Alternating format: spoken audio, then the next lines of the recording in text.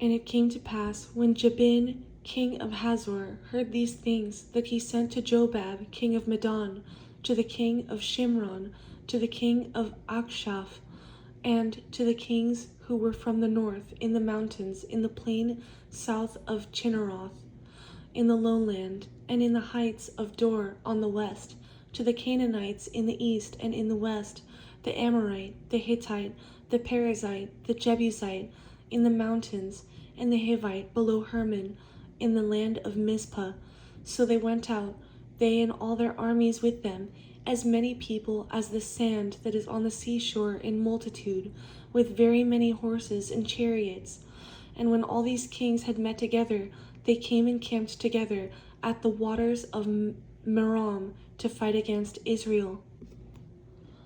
But the Lord said to Joshua, "Do not be afraid because of them, for tomorrow about this time I will deliver all of them slain before Israel. You shall hamstring their horses and burn their chariots with fire." So Joshua and all the people of war with him came against them suddenly by the waters of Merom, and they attacked them. And the Lord delivered them into the hand of Israel, who defeated them and chased them to Greater Sidon, to the brook Mizraphoth, and to the valley of Mizpah eastward. They attacked them until they left none of them remaining. So Joshua did to them as the Lord had told him. He hamstrung their horses and burned their chariots with fire. Joshua turned back at that time and took Hazor and struck its king with the sword, for Hazor was formerly the head of all those kingdoms. And they struck all the people who were in it with the edge of the sword, utterly destroying them. There was none left breathing. Then he burned Hazor with fire. So all the cities of those kings and all their kings Joshua took and struck with the edge of the sword. He utterly destroyed them, as Moses the servant of the Lord had commanded. But as for the cities that stood on their mounds, Israel burned none of them, except Hazor only, which Joshua burned. And all the spoil of these cities and the livestock the children of Israel took as booty for themselves. But they struck every man with the edge of the sword until they had destroyed them, and they left none breathing.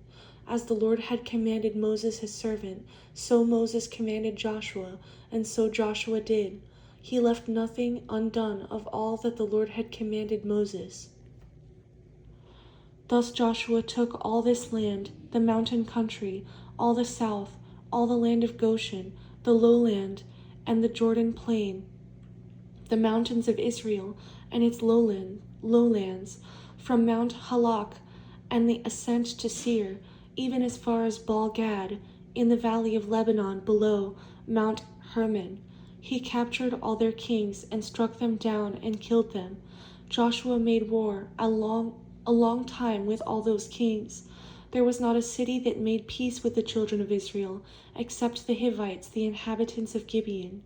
All the others they took in battle, for it was of the Lord to harden their hearts, that they should come against Israel in battle, that he might utterly destroy them, and that they might receive no mercy, but that he might destroy them, as the Lord had commanded Moses.